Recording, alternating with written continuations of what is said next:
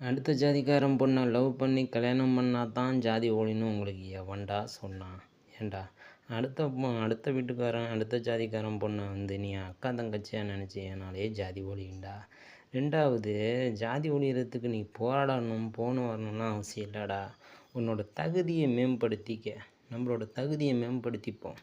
ஒன்று கலெக்டராவோ, போலீஸாவோ, வக்கீலாவோ, இன்ஜினியராவோ இப்படி ஆயிட்டு நம்ம போய் உண்மையாக அந்த பொண்ணை லவ் பண்ணியிருந்தோம்னா பொண்ணு கேட்டு கல்யாணம் பண்ணால் என் பொண்ணு கொடுக்க மாட்டேன்னா சொல்ல போகிறாங்க. டேய், இன்னும் எல்லாருமே அப்படி இல்லைடா. ஏன்டா இப்படி அவன் சினிமாக்காரன் சொல்கிறதையும் அரசியல்வாதி சொல்கிறதையும் இப்படி கெட்டு சீரழிஞ்சு கிடக்குறீங்க? நான் என்ன சொல்கிறேன், நம்ம ஃபஸ்ட்டு நம்மளுக்கு கீழே இருக்கிற ஜாதியில் கல்யாணம் பண்ணி ஜாதியை ஒழிப்புங்கிறேன்.